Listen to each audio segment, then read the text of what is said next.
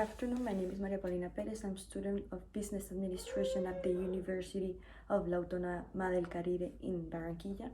Today I'm going to interview the controller of the Quantum Group company.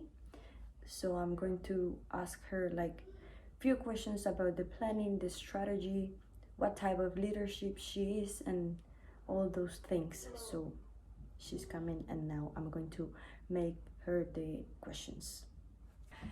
Hello, today I'm here with Natalia Alvarado, and how are you? Can you tell a little about yourself today?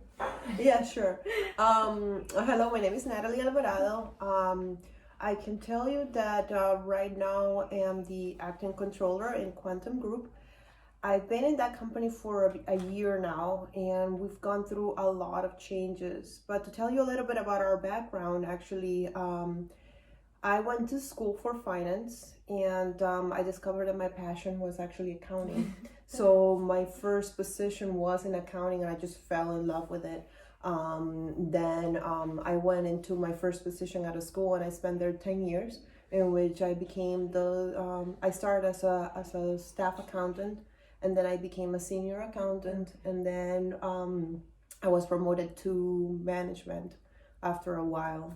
And then my new position, which is controller of the company. Just go ahead. Do you have any questions? Sorry. Yeah, I have.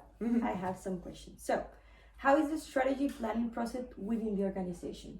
Well, it's interesting that you ask about that because it's different within each department. So each department takes control of their own strategies, of course, always in line with what the company is all about. And what the company always has harped on each of its directors is actually to think not only of what's good for the company, but also what's good for the customer and if it's good overall. So it's not a company that's always thinking about profits, even though we strive to gain those profits, but it's always looking at more than that, more to benefit the customer and to benefit the overall environment as well.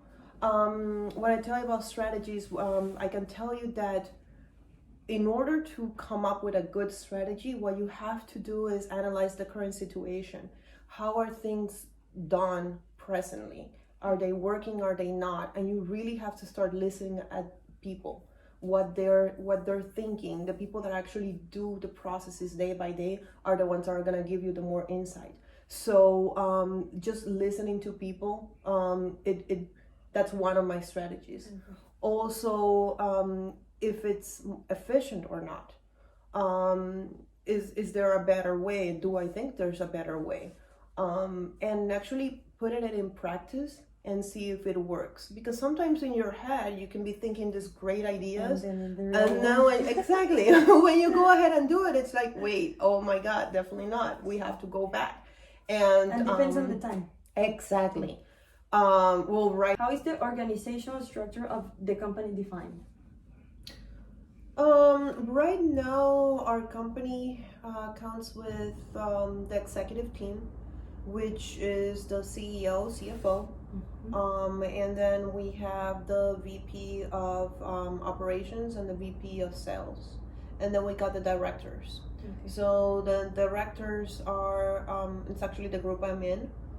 You got your controller, as I said, then you got the director of operations as well, and director of marketing, and then you got your managers, which are under the directors. So that's basically the structure that the company has, and every 2 weeks or so there's a directors meeting in which all of us just collaborate with each other, just the challenges that we have day to day, and see if others can help us or just pull in ideas. So according to the type of leadership, what type of leader are you, and what characteristics defines you as well, and how does you motivate your employees? I think the type of leader that I am is somebody that listens to their employees. Okay. I think there's a Spanish saying that I always try to translate in English, and it's with honey you get more bees. Okay. Which, you know, some people are very strong and they need the to be very strict and very harsh with their employees to get answers and to get them to work. But I found that that's not my style at all, especially coming to a new company like I did over here. At the time that I did, they needed someone to understand what they were going through, because we were all going through a challenging time with the pandemic and everything. So I feel like listening to them and empathizing with what's going on around their workplace, home, and everything, they just respond better. They are actually working for you, but it's because they want you to be proud of them as well, and not so much because they're afraid of you.